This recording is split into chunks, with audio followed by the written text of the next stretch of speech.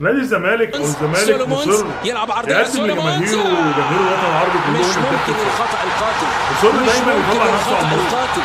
محمد صبحي يعني كان في خناقه النهارده تسقط الكره من يده لتتهادى الى داخل الشباك ما بين عواد عشان عواد التسجيل في محمد صبحي وعشان محمد صبحي يسجل سولومونز هدف التعادل، وبالتالي محمد صبحي يعني ينزل كره عرضيه تسقط من يد الحارس محمد صبحي بغرابه شديده ويدخل او يدخل في نفسه جون غايه في الضحك.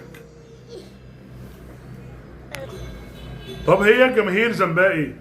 طب هو النادي ذنبه ايه؟ اللي بيحصل ده كله مش قادر انت كلاعب تكون راجل لحد اخر دقيقه، مش قادر انت كلاعب تكون تركيزك موجود لاخر دقيقه وانت بتلعب في الكونفدراليه؟ ما انت ما بتلعبش في كاس العالم، ولا انت بتلعب يعني في مكان او في بطوله عظيمه او كبيره؟ يعني مش قادر تكون مركز لاخر نفس، مش قادر تكون راجل لاخر. مدرب جديد يعني ما يستحقش كل اللي بيحصل دوت. مدرب جديد بيبني يعني الفرقه من جديد وبيحاول يوصل الفرقه لبر الامان. المفروض يعني يكون اللعيبه معاه رجاله ومركزه وتفكيرها افضل من كده، مش ان انا اقع في كوره زي ديت وافقد.